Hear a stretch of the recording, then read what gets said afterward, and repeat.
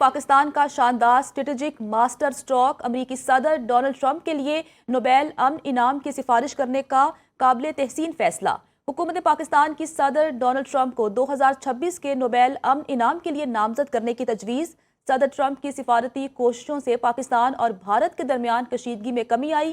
حکومت پاکستان کی جانب سے جاری اعلامیے کے مطابق صدر ٹرمپ نے اسلام آباد اور نئی دہلی کے ساتھ سفارتی روابط سے جنگ کا خطرہ ٹال دیا۔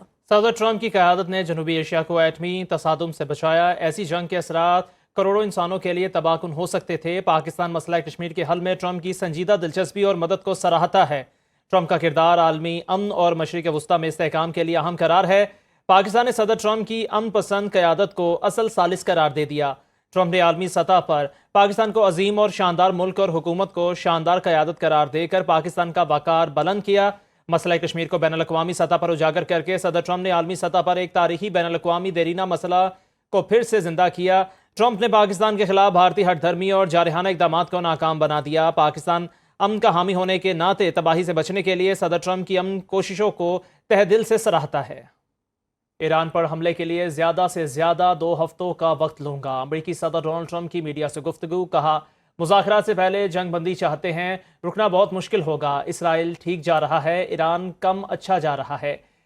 اسرائیل کے پاس اتنی صلاحیت نہیں کہ وہ ایران کی جوہری صلاحیت ختم کر سکے۔ ایران میں زمینی افواج اتارنا آخری حل ہوگا۔ اگر امریکی اثاثوں پر حملہ ہوا تو حملہ کرنے والوں کو بہت نقصان اٹھانا پڑ سکتا ہے۔ میں عراق جنگ کے خلاف تھا، ایران سے بات کریں گے، دیکھتے ہیں کیا نتیجہ نکلتا ہے۔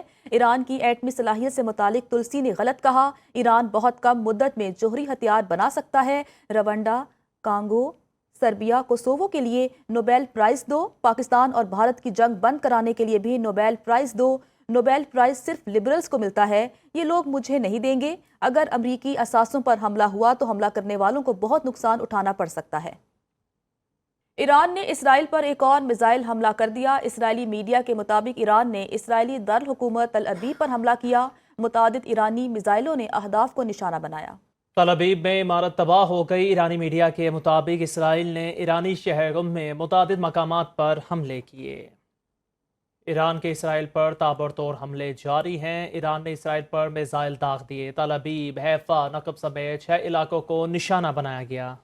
ایران کے 20 میزائلوں سے گشدان، صحرائے نقب اور حیفا کو نشانہ بنایا۔ اس سے قبل ایران نے تل ابیب، مقبوضہ بیت المقدس اور حیفا پر 40 میزائل داغے تھے۔ اسرائیلی میڈیا کے مطابق حیفا پر ایران کے میزائل حملے میں 27 افراد زخمی ہوئے، جن میں سے 3 کی حالت تشویشناک ہے۔ اسرائیل کی جانب سے بین الاقوامی قوانین کی خلاف ورزیاں جاری ہیں۔ اسرائیل ایران میں اسپتالوں کو نشانہ بنانے لگا۔ صہیونی فوج کا تہران میں اسپتال پر ایک اور فضائی حملہ۔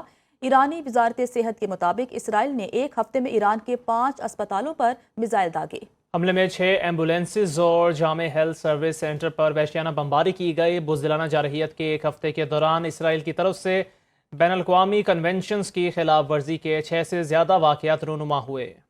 ترجمان امریکی محکمہ خارجہ ٹیمی بروس نے نیوز بریفنگ دیتے ہوئے بتایا کہ امریکی صدر نے کہا ہے کہ ایران سے متعلق 2 ہفتوں میں فیصلہ کر لیں۔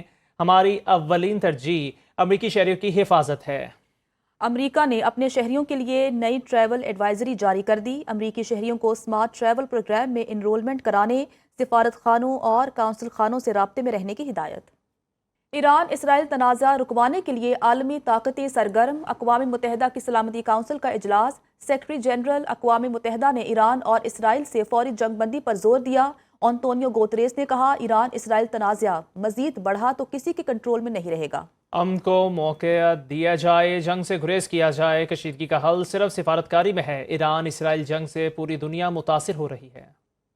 روس اور چین کا ایران اسرائیل جنگ فوری بند کرنے کا مطالبہ۔ اقوام متحدہ کی سلامتی کونسل کے اجلاس میں روسی مندوب نے کہا، ایٹمی تنصیبات پر مسلسل حملے دنیا کو ایٹمی تباہی کی طرف دھکیل سکتے ہیں۔ اسرائیل نے امریکہ مذاکرات سے عین قبل حملہ کر کے اپنے ہی اتحادیوں کی توہین کی۔ ایران نے ہمیشہ مسائل مذاکرات کے ذریعے حل کرنے کی بات کی۔ چینی مندوب نے کہا، کشیدگی کے خاتمے کے لیے مذاکرات کا راستہ اپنانا چاہیے۔ ایران اسرائیل کشیدگی سے پورے خطے میں امن و امان کی صورتحال خراب ہے۔ امریکی مندوب نے کہا، ایران پر حملوں میں واشنگٹن کا کوئی کردار نہیں، لیکن امریکہ اس جنگ میں اسرائیل کی حمایت میں ہے۔ پاکستان کا ایک بار پھر ایران اسرائیل جنگ بندی کا مطالبہ۔ اقوام متحدہ کے سلامتی کونسل کے اجلاس میں خطاب کرتے ہوئے پاکستانی مندوب